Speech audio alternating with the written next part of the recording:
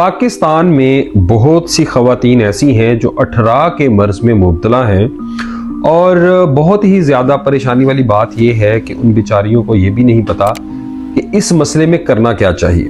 अमूमी तौर पर होता ऐसे है कि हमल के दौरान अगर बच्चा ज़ाया हो जाए या बच्चा जो पेट के अंदर फोत हो जाए और उसकी पैदाइश हो या पैदा होने के थोड़े अरसे बाद ही बच्चा जो है वो फोत हो जाए, तो इस सारी की सारी जो भी सिचुएशंस हैं इसको एक नाम दिया जाता है, उसे कहा जाता है इस खतून को 18 का मसला है। और पाकिस्तान में अनफॉर्चुनेटली इस मर्ज़ को तरह तरह के नाम दिए जाते हैं और तरह तरह की इसकी वजूहात बताई जाती हैं, जिसमें से एक बड़ी कामन वजह है कि इस औरत पे जादू है। अगर किसी को 18 का मसला है, उसका कोई बच्चा ज़ाया हो गया है तो उसके घर ना जाएं, आपके ऊपर भी साया हो जाएगा, और इस तरह की बहुत सी बातें की जाती हैं।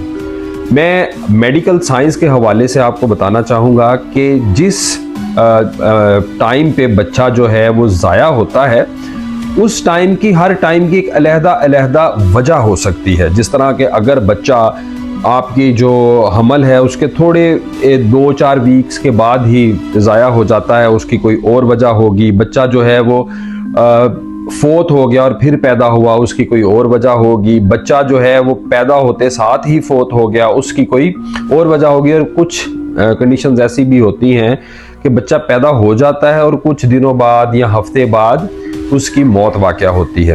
इन सब की अलहदा वजूहात हैं और इनमें से बहुत सारी बीमारियां ऐसी भी हैं जिनका इलाज मुमकिन है और मौजूद है।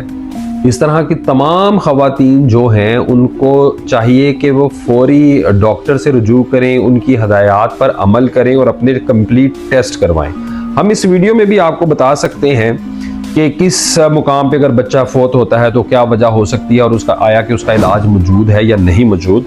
लेकिन मेरा ख्याल है कि वीडियो में इलाज करने से बेहतर है कि आप डॉक्टर के पास जाएं और उसका इलाज करवाएं, और उसको खुदारा जादू का नाम मत दें, इसको किसी किस्म के साए का नाम मत दें। और ऐसी जो ख़वातीन हैं बेचारी, वो पहले ही परेशान हैं और ऊपर से कहा जाता है कि इनके घर ना जाए जिसकी नई शादी हुई है या जिसको हमल हो गया है या होने वाला है। तो इस तरह की रवायत जो है वो प्लीज़ कायम ना करें और उस खतून का एक प्रॉपर इलाज करवाएं ताकि वो अपने बच्चे की खुशी देख सके।